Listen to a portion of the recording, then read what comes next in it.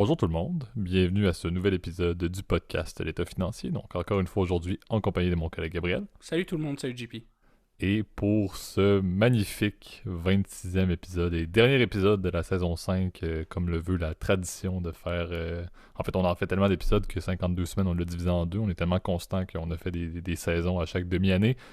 On clôture effectivement là, en cette fin d'année 2022 la nouvelle saison. Donc la nouvelle saison s'entame dès la semaine prochaine. Vous le savez, pour ceux qui nous écoutent depuis un bon moment, là, en général, ce genre de 26e épisode ressemble souvent à une séance de stock picking ou plus globalement là, une discussion sur des titres qui nous intéressent ou plus une discussion sur des titres et tu sais, je pense qu'on a quand même des stratégies d'investissement ou des discussions d'investissement qui sont intéressantes et je pense que le marché actuel en vaut la peine. Donc, on va respectivement, Gab et moi, vous présenter là, deux titres respectivement qui nous intéressent. On verra si on en ajoute un par-ci par-là dans la discussion d'aujourd'hui. Ceux qui nous écoutent aussi depuis longtemps, en général, se souviennent que notre cher collègue Thomas se joint souvent à nous pour cet épisode. Malheureusement, n'est pas disponible, comme Gab, tu l'avais mentionné. On enregistre, oui, toujours dans la période, entre guillemets, des fêtes, mais on est aussi un petit peu d'avance, donc petit disclaimer que tu pourras remettre de l'emphase. Mais on salue Thomas, mais il ne peut pas se joindre à nous pour l'épisode d'aujourd'hui. Donc Gab et moi, en mode stock picking et avec cette tradition là, de clôture de saison, avec cet épisode spécial, comme on pouvait le libeller. Je te passe la parole, Gab, pour le disclaimer qui est extrêmement Ouais, important aujourd'hui et aussi pour, comme on l'a dit, la mention là, sur peut-être prendre avec un petit grain de sel certaines données qu'on pourrait vous sortir sur les différentes compagnies parce qu'on enregistre un peu d'avance. Gab, tu l'avais mentionné, tu t'absentes, tu quittes le Canada pour une courte période et tu n'auras pas par rapport à tes autres escapades européennes où tu avais accès à un Wi-Fi intéressant. Dans ce cas-ci, tu mérites des bonnes vacances sans Wi-Fi. Ben, avec Wi-Fi, mais avec aucune capacité réelle de faire non. un épisode de qualité. Donc, on les a enregistrés avec un petit peu d'avance en courant au mi-décembre. Ouais, bah c'est ça. J'aurais voulu effectivement pouvoir enregistrer effectivement à distance, mais bon, la contrainte d'espace aussi, puis pour le coup de Wi-Fi risque d'être trop problématique, on va dire là où je m'en vais.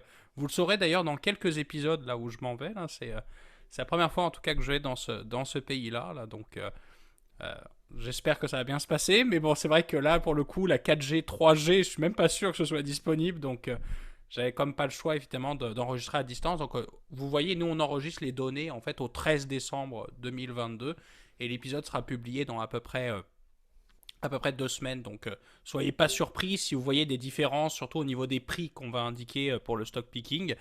Évidemment, comme tu le sais, et comme se veut la tradition, surtout pour les stock picking, vous qui êtes habitués, chers auditeurs, évidemment, tout ce qu'on parle, c'est pas une recommandation officielle de placement. On vous invite à vous faire votre propre avis. Il s'agit que de notre opinion personnelle, puis peut-être d'amener, évidemment, peut-être des vues, des insights qu'on juge utiles.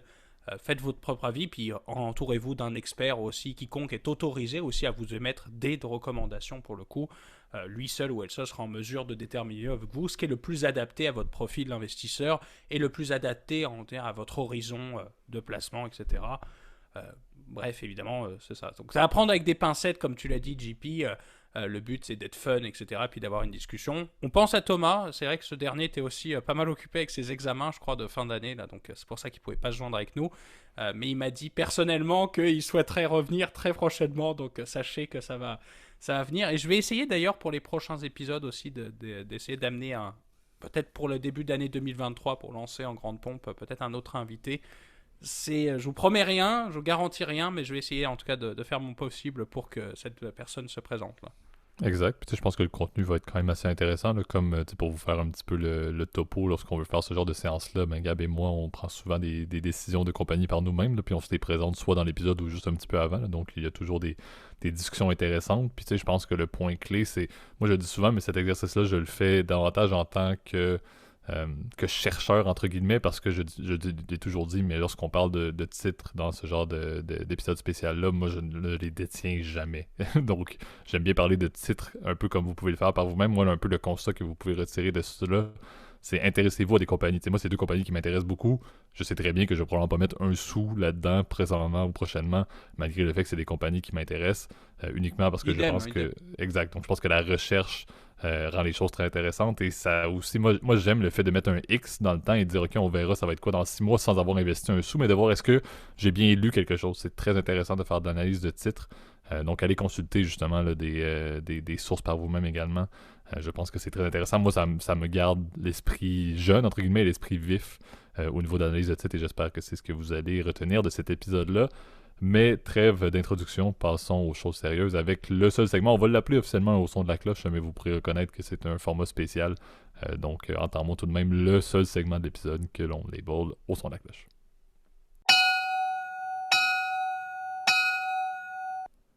Parfait.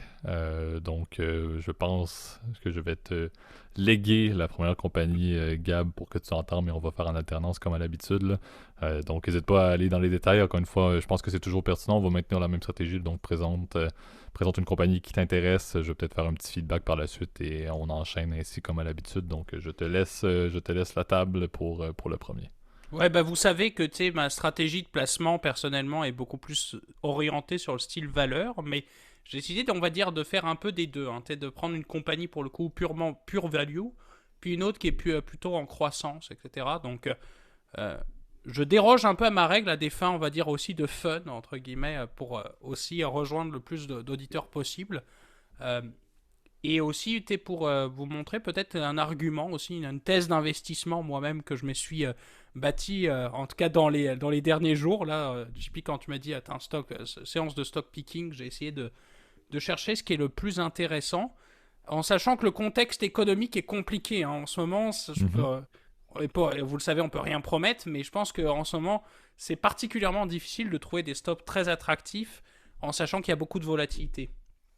Et alors le premier stock que j'ai décidé de choisir, ben là je vais choisir mon plus valeur, tu vois, pour ne pas déroger à mes propres convictions. Mais j'ai décidé d'y aller avec une banque européenne, une des plus grandes banques en fait françaises. En l'occurrence, c'est la Société Générale que j'ai décidé de choisir aujourd'hui comme stock. Alors la raison pour laquelle je suis allé avec la Société Générale, ben, c'est pour une raison simple, c'est que justement dans les vents et marées et puis dans les tempêtes, tu as besoin de choisir des compagnies qui sont relativement stables, qui ont une gestion, on va dire, des risques qui est hyper importante, et c'est le cas de la plupart des banques européennes. Et pourquoi alors j'ai décidé de choisir la Société Générale? Ben, tout simplement parce que son prix est attractif en termes de multiples. Vous savez, souvent j'utilise cette fameuse règle du pouce d'aller chercher des compagnies avec des multiples relativement attractifs. Ça reste une entreprise qui a le plus de synergie possible, je vois, surtout dans le contexte du banking européen. On savait, les Suisses sont un peu en difficulté. On en avait parlé il y a quelques épisodes avec Crédit Suisse, puis celui sur les banques suisses. On avait un peu parlé UBS aussi, ouais. C'est ça, que c'était un peu le bouxon, pour ne pas dire l'autre terme vulgaire. Et donc, ce qui est intéressant avec la Société Générale, un PI attractif qui est à peu près aux alentours des 9 fois le EPS, donc assez intéressant. Autre point intéressant que je voyais tout de suite, c'est le premier truc que j'ai dit, waouh, ça c'est intéressant, rendement de dividende de 7,5% à peu près. Là. Donc c'est hyper intéressant à ce prix à peu près 23$. C'est clair que c'est attractif. Évidemment, c'est pas garanti ce rendement de dividende là, mais c'est clair que ça rajoute une sécurité supplémentaire pour l'investisseur parce qu'il va y avoir ce revenu récurrent de cash flow qui va rentrer évidemment en adéquation. Donc je trouve que c'est en tout cas un stock attractif dans une période où il y a encore beaucoup d'inflation et on veut avoir des placements qui ont un rendement net, comment dire, qui n'est pas négatif, mais qui est quand même relativement sécuritaire. Donc je pense que c'est un bon choix pour ça.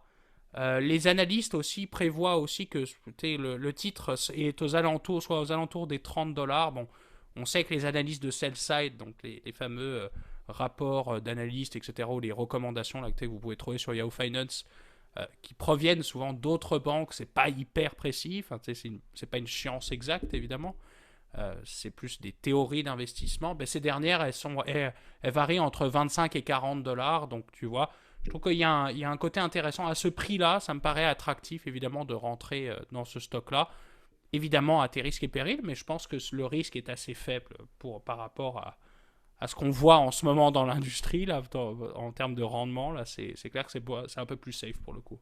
Exact. Je pense c'est drôle parce qu'on sait qu'à chaque fois qu'on fait une séance de stock picking, on a toujours une banque qui tombe dans le portrait. C'est On parlait vrai, beaucoup c'est vrai. des banques américaines, si je me trompe pas, dans les deux derniers épisodes. En fait, tu amènes souvent des idées de banque. Là, j'ai Thomas au-dessus de mon épaule qui n'est pas présent, mais qui mentionnait toujours un peu sa surprise pour ce genre de décision-là.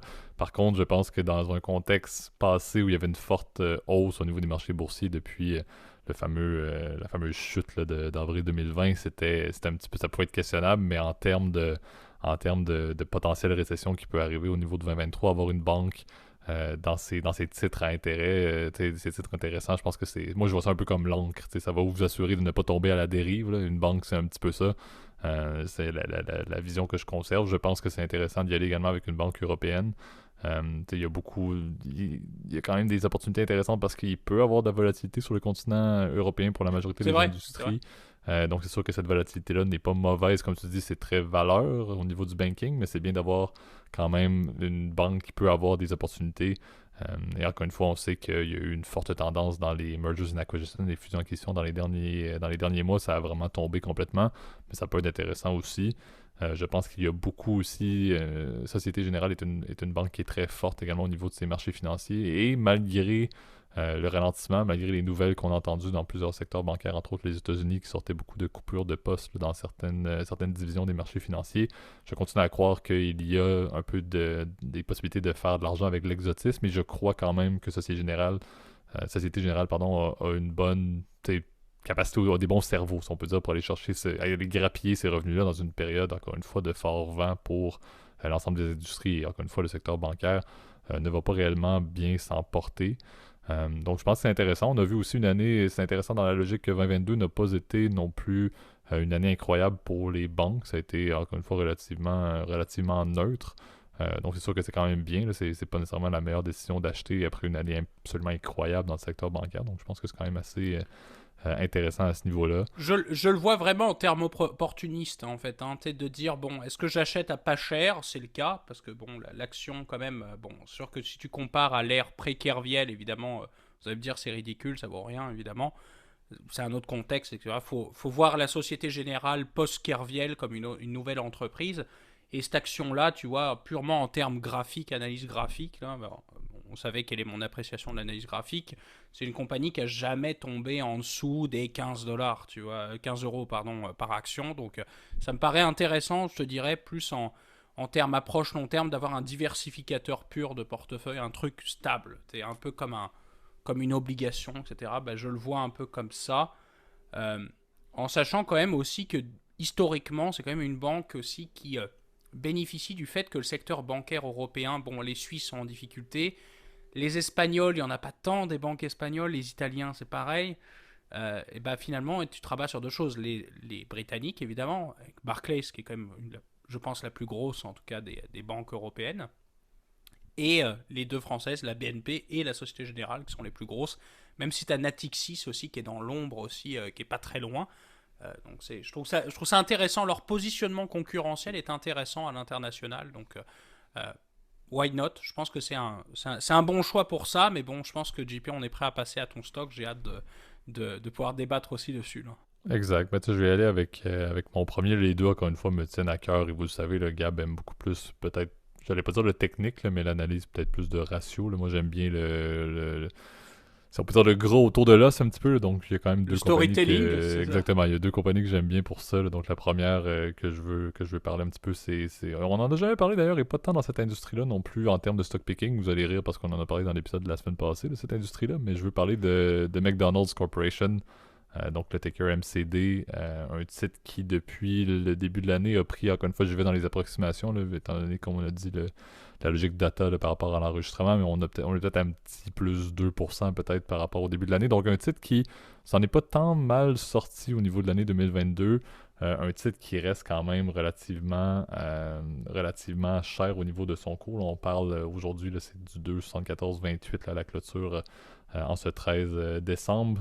Au niveau du range là, que ça atteint dans les 52 dernières semaines, ça fait du 2,17 à du 2,81. Donc c'est sûr que c'est pas loin du top justement du maximum que ça a atteint sur un an.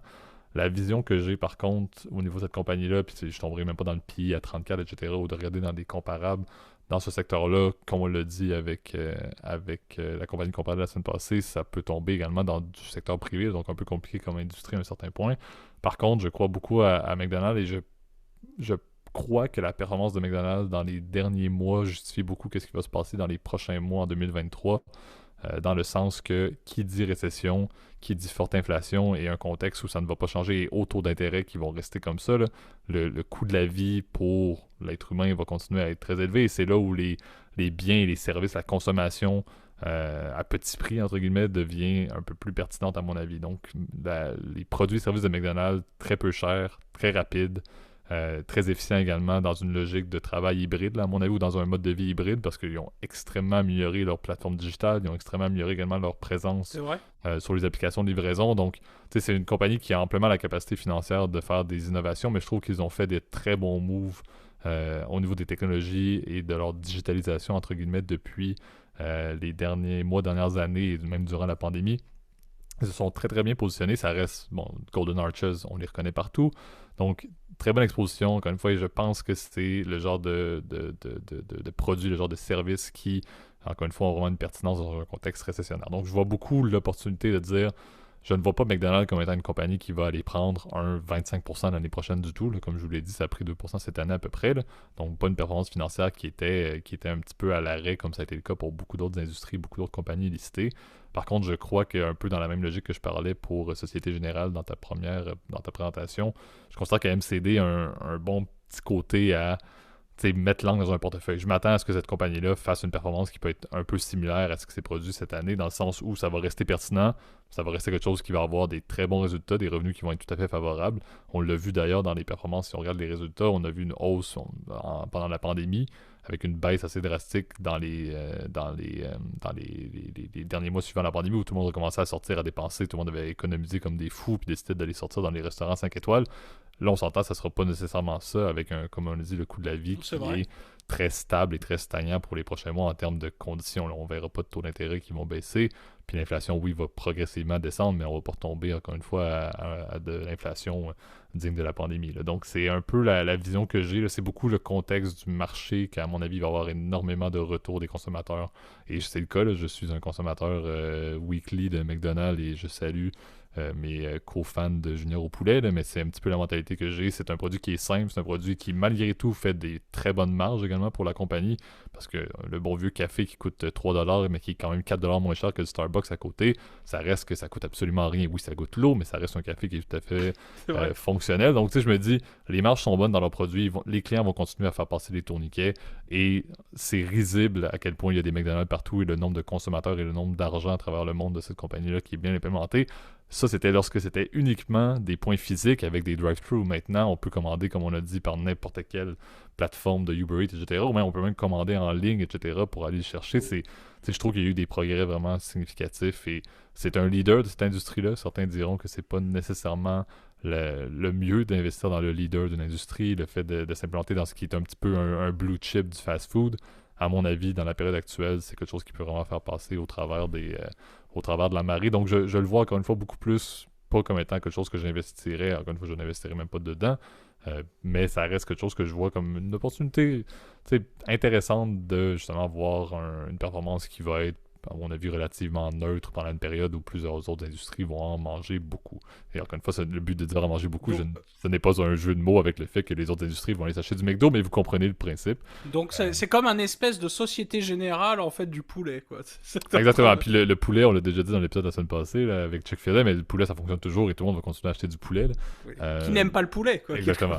Donc, à mon avis, McDonald's, c'est un petit peu ça. Je considère pas que, financièrement, c'est du solide. Les ratios, c'est pas magnifique. La performance cette année n'est pas non plus une chute drastique, mais c'est quelque chose qui, à mon avis, va rester neutre et qui peut fonctionner pendant encore bien des années, surtout dans un contexte où les personnes essaient d'économiser.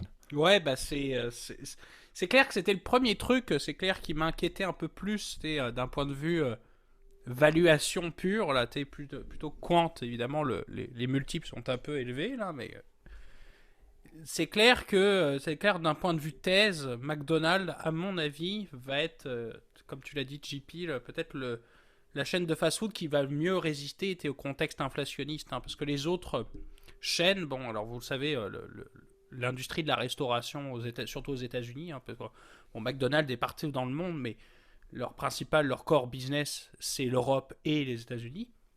Et ben ces marchés-là, en fait, comme il va y avoir une très grosse inflation, à mon avis, ça va être effectivement plus dur pour les consommateurs, c'est ça, de payer le burger fancy. Là. Donc, par exemple, l'équivalent, par exemple, aux États-Unis, c'est Wendy's, par exemple, c'est des très grosses chaînes. Shake Shack aussi, qui est en très grosse croissance, mais aussi les chaînes de poulet, comme tu l'as dit, là, parce que bon, McDonald's ne fait pas uniquement des burgers de bœuf, mais aussi font plein de produits différents. Tu l'as dit, ils sont pas mal présents dans le café aussi, en Amérique du Nord. Bon, moi, leur café, j'ai un peu du mal avec, même si effectivement il est cheap.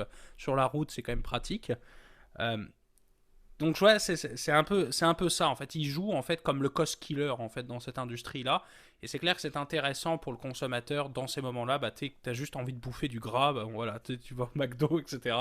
Tu l'as bien dit, t'as des produits extrêmement abordables, surtout les produits à quelques dollars là. Donc par exemple le Junior ou les burgers de base là, qui sont très bons. Moi personnellement, ça va être plus mon côté storytelling, mais personnellement je ne prends plus jamais de menu chez McDonald's. Là, je prends uniquement les burgers les moins chers parce que je trouve qu'ils sont tout aussi bons, puis au moins c'est bon pas marché, cher. puis je pense qu'on parle beaucoup du contexte du produit et du service qu'on voit, mais on en parle souvent, il faut pas oublier l'immobilier. C'est ce qui me fait croire à cette compagnie-là, c'est qu'il y a le backbone qui reste l'immobilier, et ça tient, malgré, encore une fois, on va pas tomber dans des débats sur le contexte immobilier, c'est pas nécessairement un débat qu'on va voir maintenant, on en parlerait pendant 17h30, mais ça reste qu'il y a de l'immobilier, il y a des très belles propriétés qui sont dans le book, justement, de McDonald's qui, encore une fois, montre un certain attrait. Beaucoup de stabilité. Encore une fois, je dis pas une croissance incroyable. On est très loin d'un growth stock, là, mais à mon avis, c'est un très bon backbone. Dans l'industrie de la restauration, tu l'as bien dit, hein, ça me Oui. paraît un value, évidemment. Là, ça me paraît un value, même si les multiples sont élevés, parce que souvent, c'est un peu le screening qui passe. Tu as un stock valeur, souvent, c'est par exemple dans le 25e pourcentile des price earnings, par exemple, les plus faibles, etc. Souvent, c'est comme ça qu'est fait le screening pour les stocks valeurs. Là. Mais ça n'empêche que quand même, c'est un business stable. C'est ce qu'on pourrait appeler d'ailleurs le style qualité. Certains appellent ça comme ça, là, cette espèce d'entre-deux. C'est pas vraiment c'est un stock croissance, mais un stock valeur, mais qui a des fondamentaux positifs. Puis tu quand même une bonne stabilité financière, des ratios de performance qui font du sens, etc. Non, clairement, c'est intéressant. Versus les compétiteurs aussi, tu l'as dit, qui sont eux, pour le coup, beaucoup plus affectés par l'inflation. Shake Shack, j'en ai parlé, mais il y en a d'autres. Le commerce des pizzas aussi, Domino's, Papa John's, etc., qui sont les autres compétiteurs. Bah, c'est clair, ils sont beaucoup plus affectés.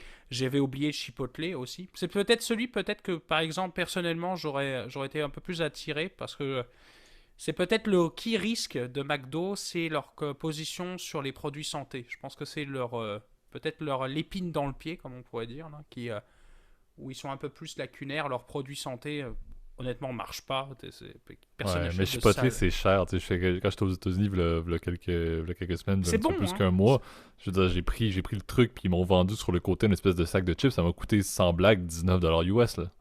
J'avais un burrito bowl avec un breuvage fontaine, puis un sac de chips qui était des espèces de croustilles cuites au four, je sais pas quoi, ça m'a coûté 19 US. Hein.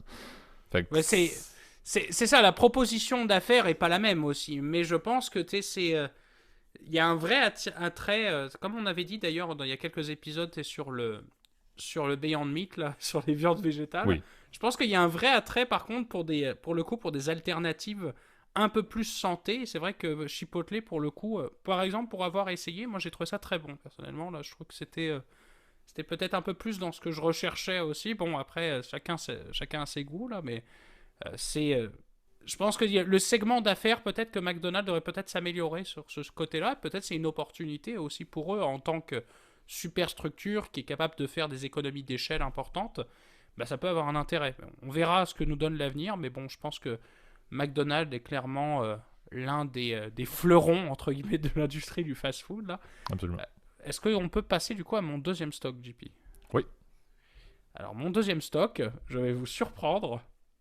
J'en suis sûr, parce que d'habitude, je suis assez critique, on va dire, de l'industrie, plus généralement des industries de croissance. Et là, pour le coup, j'ai décidé d'y aller avec un stock que vous connaissez bien, que JP, tu adores. Roulement de tambour, Tesla. Pourquoi Tesla? Parce que je trouve qu'il a jamais été aussi peu cher, Tesla. Oui, le PI ratio est élevé. Vous allez me dire, oui, Gabriel, t'as un PI de ratio de 50 fois. Et ben en fait, il y a quelques temps, j'avais fait, en fait, pour une entrevue, pour rien vous cacher, j'ai fait une espèce d'évaluation en fait de croissance de l'industrie du véhicule électrique. Et ça me paraît en fait un stock relativement en fait sous-évalué en fait en termes de valeur. Oui, à ce prix-là, il est très attractif parce on sait que l'industrie du véhicule électrique va exploser dans les prochaines années avec évidemment ce qui se passe avec la crise énergétique, puis évidemment les problématiques. Les régulations aussi. Voilà. Et avec les histoires des objectifs en 2035 pour interdire les véhicules à essence, etc. En tout cas, les nouveaux véhicules thermiques, etc. Donc je pense que c'est réellement ça, en fait, l'attrait de l'industrie du véhicule électrique. C'est qu'en ce moment, ils se sont crachés comme les secteurs tech de plus de 2 tiers, là, d'ailleurs. Parce que je pense que à l'heure où on se parle, au début d'année, Tesla il va coûter un peu plus de 300, coûter plus de $300, là, donc c'est à peu près $350. Et aujourd'hui, on n'était plus qu'à 160 à l'heure où on enregistre. Et ben moi, ça me paraît relativement attractif. Et la plupart en tout cas des analystes, pareil, de sell side, s'accordent aussi à ce que ça vale un peu plus. Donc tu es aux alentours des 220 à 250 $ dans ces eaux-là. Je n'irais pas mettre un upside de fou aussi. C'est clair que c'est un truc un peu plus risqué aussi comme bet, là, pour le coup. Mais je trouve que c'est attractif en fait. Tesla a rarement été aussi attractif, aussi cheap, et on retourne à des niveaux en fait de prix en fait qui sont comparables en fait comparables en fait à ce qu'on avait connu à la moitié du Covid, dans la moitié de la première vague, donc début 2020.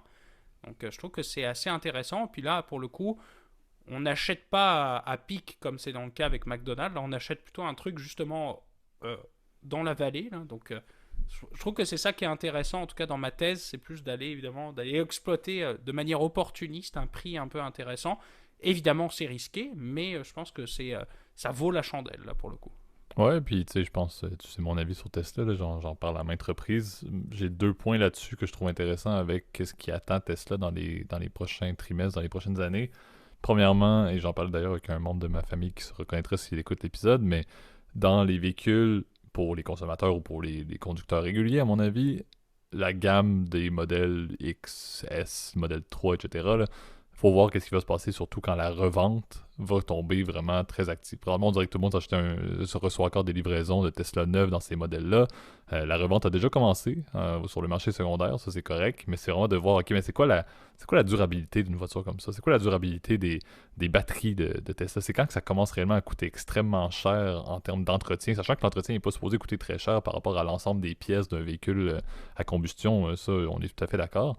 Mais j'ai hâte de voir ça. Je pense que chaque année qui passe amène un défi de plus dans la gamme qui est un peu en bonne terminologie, mais la vache à lait, la cash cow de Tesla. J'ai très très très hâte de voir ce qui va se passer dans ce qui fonctionne déjà dans le segment de véhicules électriques pour lesquels ils performent très bien et sortent vraiment beaucoup de véhicules. On l'a dit à travers le monde, on en parlait un peu avec les différentes Gigafactory qui étaient ouvertes. Super intéressant. Donc j'ai hâte de voir ça. J'ai hâte de voir les prochaines années la durabilité de ces véhicules-là et la capacité d'avoir un marché de revente ou un marché secondaire qui est solide. Je pense que c'est très important pour la suite de ce genre de véhicules-là, pour même continuer à avoir des véhicules des ventes régulières. En fait, si je suis capable de me débarrasser, entre guillemets, de me débarrasser de ma Tesla qui a quelques années pour en acheter une nouvelle, ben, je vais m'en porter beaucoup mieux que si le marché secondaire ne tient pas tout à fait. Donc ça, premier point. Deuxième point qui m'intéresse, ceux qui suivent la compagnie vont l'avoir vu dans les derniers jours, dernières semaines, l'évolution du Semi.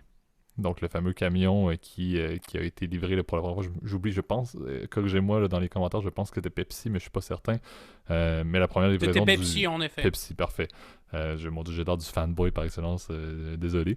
Mais tu sais, c'est de voir justement la performance de ce véhicule, de ce camion-là, de voir justement l'autonomie, l'efficience en fait techniquement de plus avoir tant que ça à faire d'arrêt, les recharges, c'est incroyable la capacité de ces batteries-là. La charge également que ces véhicules-là peuvent avoir est, si je me trompe pas, un petit peu plus élevée qu'un camion à combustion. Donc, ça peut être extrêmement, en bon anglais, game changer dans une industrie qui en a grandement besoin. On en parlait, la chaîne logistique est affectée par plusieurs problématiques liées au transport longue distance par camion. Ça peut être un énorme marché. Ces véhicules-là coûtent une fortune également. Il y a des compagnies comme Pepsi ont de l'argent à en redonner pour justement avoir une flotte de camions qui est, encore une fois, beaucoup plus efficient peut-être que leur camion à combustion, premièrement, mais aussi pour redorer un peu le blason de cette industrie-là, qui reste, malgré le fait que c'est requis et c'est essentiel, reste une industrie qui est extrêmement...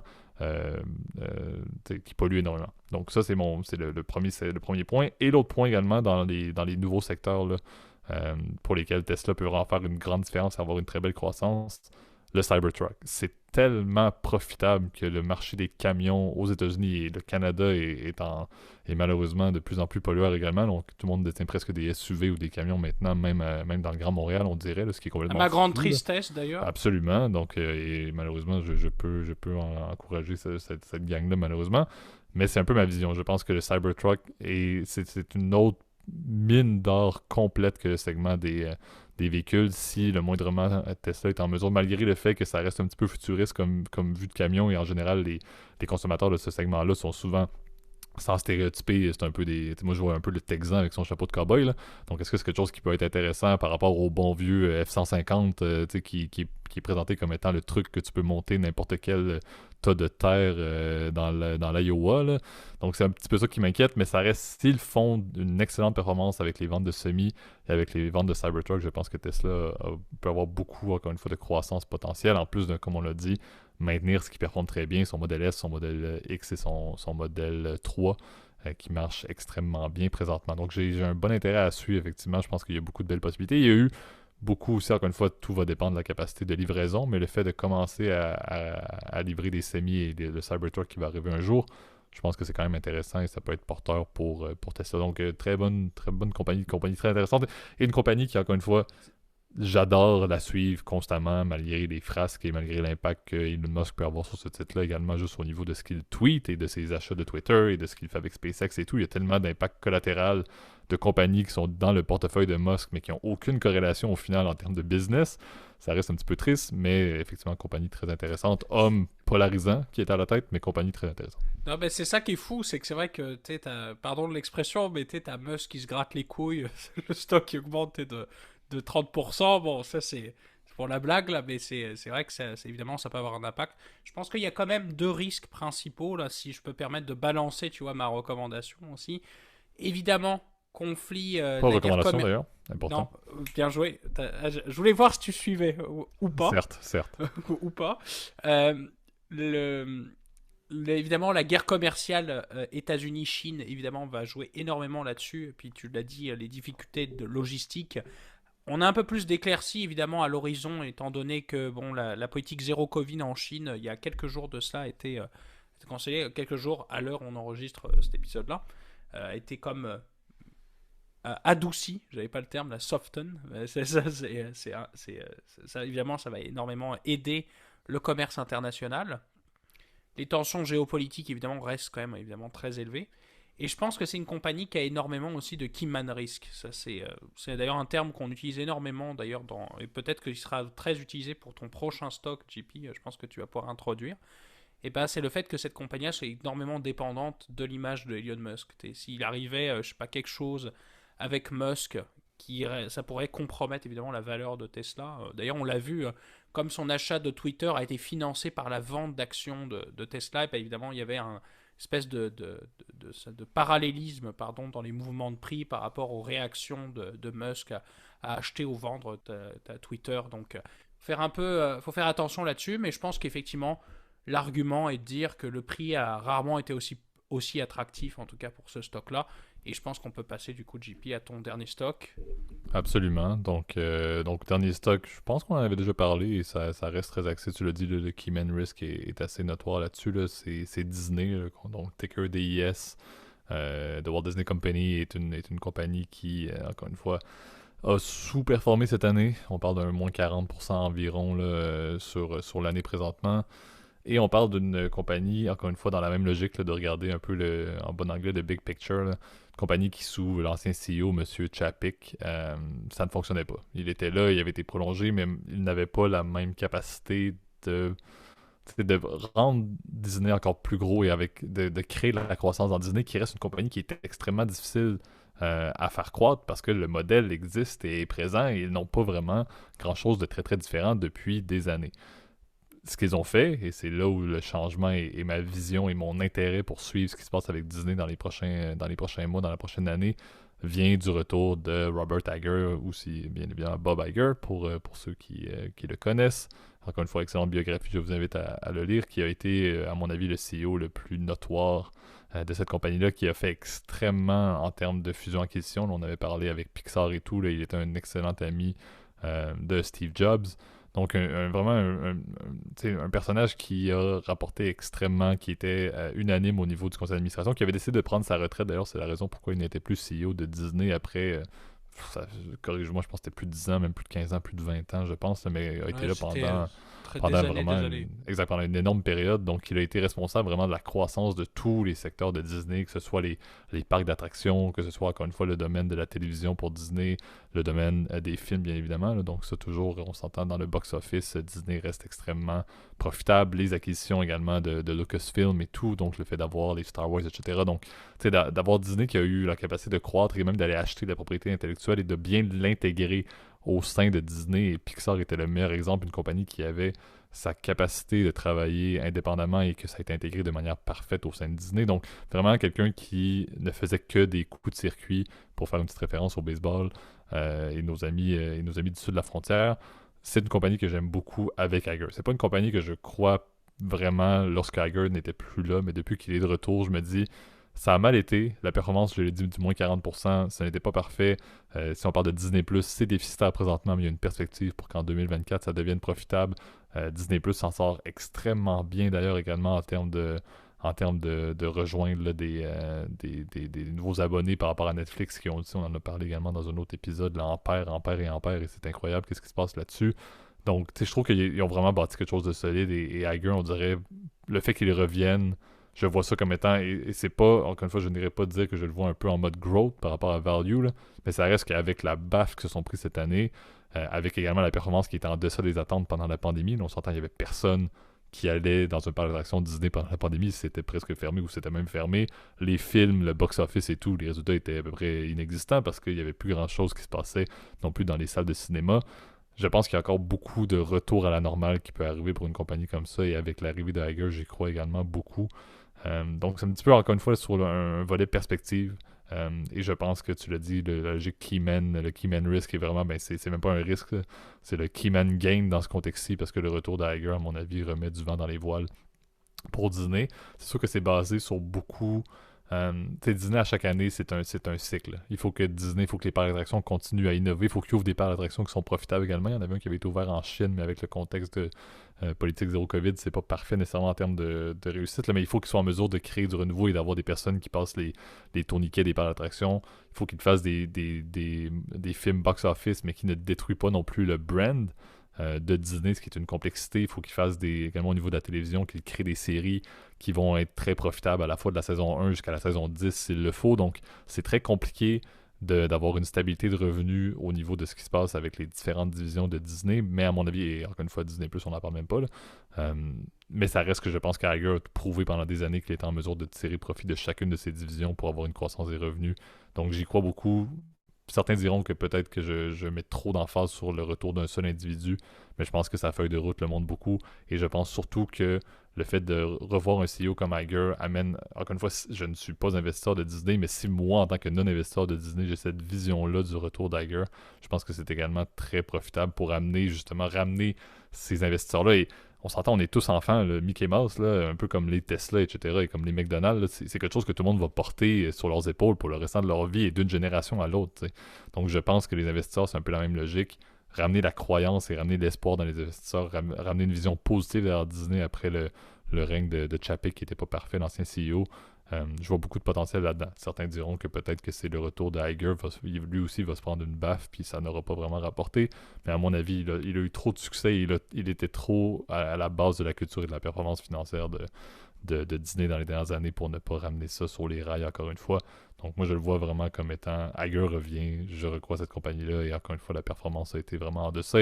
Comme je l'ai dit, ne l'a jamais repris depuis la sortie entre guillemets de la pandémie. Donc il y a encore une fois beaucoup de retour à la normale à mon avis dans cette industrie-là. Et les comparables n'existent pas pour Disney. C'est ça qui est bien. Ils font leur truc, ils sont tellement diversifiés indirectement aussi, même si ça reste basé sur un produit qui est très similaire. Si Mickey Mouse n'est plus une image de marque, plus grand chose qui fonctionne dans les différentes divisions de Disney à un certain point. Là. Mais j'y crois beaucoup là, au niveau de cette compagnie-là, plus à la fois un petit peu sur les ratios et sur la performance financière, mais également juste sur la possibilité d'un retour à des performances qui étaient notoires pour Disney depuis des années. Là. Ouais, bah c'est clair que Disney, tu l'as bien dit, c'est un contexte un peu particulier depuis le départ de Chapek.